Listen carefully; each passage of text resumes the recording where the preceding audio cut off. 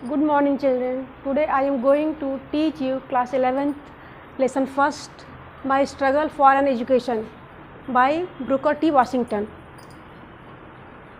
When I had saved enough money with which to reach Hampton, I thanked the captain of the vessel for his kindness.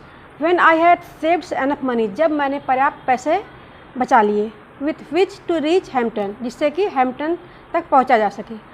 I thanked the captain of the vessel for his kindness. मैंने जहाज़ के कप्तान को उसकी दयालुता के लिए धन्यवाद दिया. And started again, और आगे की रास्ता आगे चलना शुरू किया. Without any unusual occurrence, I reached Hampton with a surplus of exactly 50 cents with which to begin my education. Without any unusual occurrence, बिना किसी असाधारण घटना के घटे, I reached Hampton, मैं हैम्पटन पहुंचा. With a surplus of exactly 50 cents, 50 cents 50 cents मेरे पास बचे थे. With which to begin my education, जिससे कि मुझे अपनी पढ़ाई शुरू करनी थी. The first sight of the large 3-story school building seemed to have rewarded me for all that I had undergone in order to reach the place. The first sight of the large 3-story brick building, ईंट की बनी हुई 3 मंजिली building को, इमारत को प्रथम दृष्टि में देखते ही, the brick building same to, मुझे ऐसा महसूस हुआ, that to have rewarded me, कि पुरस्कार स्वरूप मुझे मिली है, for all that I had undergone, जो कुछ भी मैंने यहाँ तक पहुँचने के लिए जो कुछ भी मैंने झेला कष्ट, उसके पुरस्कार के स्वरूप जो हो मिली है. एक बार फिर से बता रही हूँ. The first sight of the large 3-story brick building school building, प्रथम दृष्टि 3 मंजिली ईंट की बनी हुई इमारत के सामने जैसे मैं खड़ा हुआ, उसकी प्रथम दृष्टि में तब पहले देखते ही मुझे ऐसा महसूस हुआ, to have rewarded me for all that I had undergone, कि अभी तक वहाँ तक पहुँचने के लिए मैंने जो कुछ भी कठिनाइयाँ झेली, परेशानियाँ झेली, उसके पुरस्कार स्वरूप मुझे यह मिली है. In order to reach the place, उस स्थान तक पहुँचने के लिए. The site it seem to give me new life, और यह दृश्य ऐसा लग रहा था कि मुझे नया जीवन प्रदान कर दिया.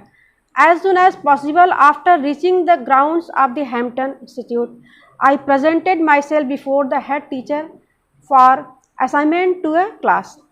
As soon as possible, जितना शीघ्र संभव हो सका, after reaching the grounds of the Hampton Institute, Hampton Institute में पहुँचने के पश्चात, I presented myself before the head teacher, मुख्य अध्यापिका के सामने मैंने आपको उपस्थित किया, for assignment to a class, और क्लास में एडमिशन लेने के प्रवेश लेने के लिए. Having been so long without proper food, bath and change of clothing, I did not of course make a very favorable impression upon her. Having been so long without proper food, बहुत लंबे समय से अच्छे से भोजन न मिलने के कारण, स्नान न करने के कारण, and change of clothes, और कपड़े न बदलने के कारण, I did not of course make a very favourable impression upon her, मैं उनके ऊपर बहुत अच्छा प्रभाव नहीं डाल सका. इट मीन्स मैं उन्हें प्रभावित नहीं कर सका. I could see at once that there were doubts in her mind about the wisdom of admitting me as a student. I could see at once, तुरंत ही मैं ऐसा देख सका, that there were doubts in her mind, कि उनके मन में संदेह है, शंका है, about the wisdom of admitting me as a student, एक विद्यार्थी के रूप में मेरा एडमिशन लेने के लिए मेरी बुद्धिमत्ता के ऊपर, मेरे नॉलेज के ऊपर या ज्ञान के ऊपर उन्हें संदेह है. For some time she did not refuse to admit me, neither did she decide in my favour, कुछ देर तक तो उन्होंने ये भी नहीं किया, इनकार भी नहीं किया कि हाँ मैं जो है तुम्हारा प्रवेश नहीं लूँगी, या फिर मेरे पक्ष में भी उन्होंने कुछ नहीं कहा. I continue to linger about her and to impress her in all the ways. I continue to linger about her, और मैं बहुत लगातार उनके सामने ठहरा रहा, and to impress her in all the ways, और बहुत तरीके से मैं उन्हें प्रभावित करने की कोशिश करता रहा. I could with my worthiness, अपनी योग्यता से मैं उनको प्रभावित करने की कोशिश करता रहा. In the meantime, I saw her admitting other students, and that added greatly to my discomfort. In the meantime, इसी बीच आई सा हर, मैंने उन्हें देखा। एडमिटिंग अदर स्टूडेंट्स, दूसरे विद्यार्थियों का प्रवेश ले रही थी, मतलब नाम लिख रही थी। And that added greatly to my discomfort, जो कि मेरी बेचैनी को बढ़ा दिया। I felt deep down in my heart, मैं बहुत अधिक दुखी हो गया। That I could do as well as they if I could only get a chance to show what was in me. अब मुझे ऐसा लगा कि अगर उन्होंने मुझे कुछ भी करने के लिए दे दिया तो मैं उसमें कितना अच्छा कर सकूं, कम से कम मुझे एक मौका तो वो दे। After some hours had passed the head teacher said to me, कुछ घंटों के बीतने के बाद मुख्य अध्यापिका ने मुझसे कहा, the adjoining recitation room needs sweeping, take the broom and sweep it. Assembly सभागार जो है उसको साफ करने की ज़रूरत है। टेक द ब्रूम, झाड़ू ले लो, एंड स्वीप इट, और उसको साफ करो। आई occurred to me at once that it occurred to me at once that here was my chance. Never did I receive an order with more delight.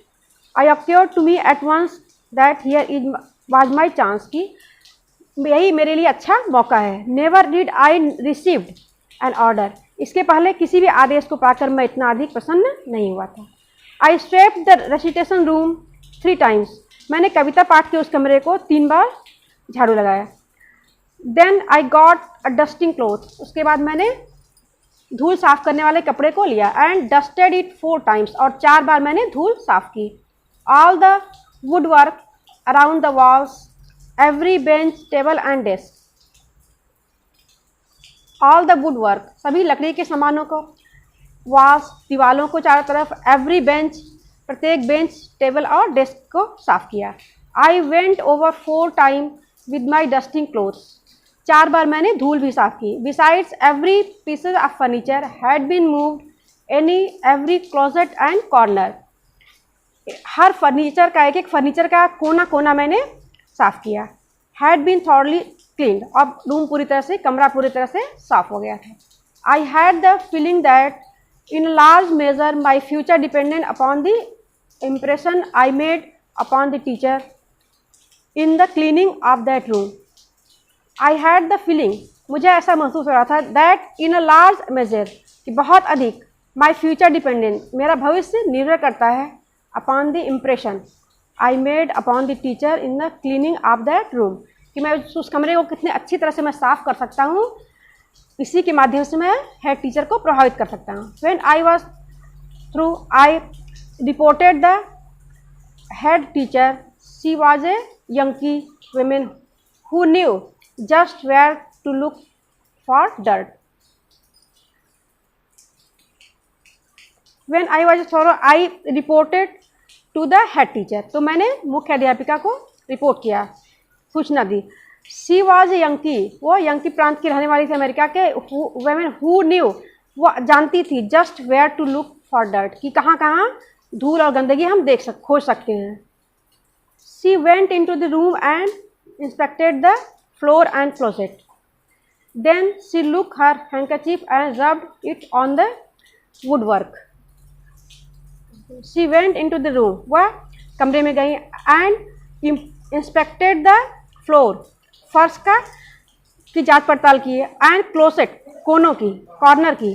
Then she took her handkerchief, तब उसके बाद उन्होंने अपनी रुमाल निकाली, and rubbed it on the woodwork, और लकड़ी के सामानों पे उन्होंने रगड़ा उसे। About the walls and over the table and benches, और दीवार के ऊपर और टेबल और बेंच के ऊपर।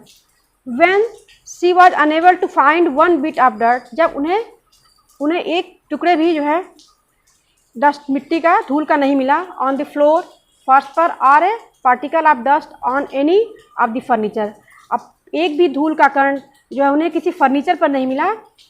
She quietly remarked, I guess you will do to enter this institution. तो उन्होंने कहा कि मैं ऐसा उम्मीद करती हूँ कि तुम इस संस्था में प्रवेश पाने के योग्य हो। I was one of the happiest soul on earth. उस वक्त मुझे ऐसा लगा कि इस पृथ्वी पर मैं सबसे सुखी प्राणी हूँ। The sweeping of that room was my college examination. उस कमरे को साफ करना ही मेरे कॉलेज की परीक्षा थी। I have passed several examinations since then. मैंने उसके बाद बहुत सी परीक्षाएं पास की। But I have always felt that this was the best one I ever pass. लेकिन मैंने हमेशा ये महसूस किया कि that this was the best, वह जो सबसे अधिक अच्छी थी, वन ऑफ एवर पास्ट, जो कि पहले मैं पास की उसमें सबसे अच्छी यही परीक्षा थी। Have a nice day children, thanks.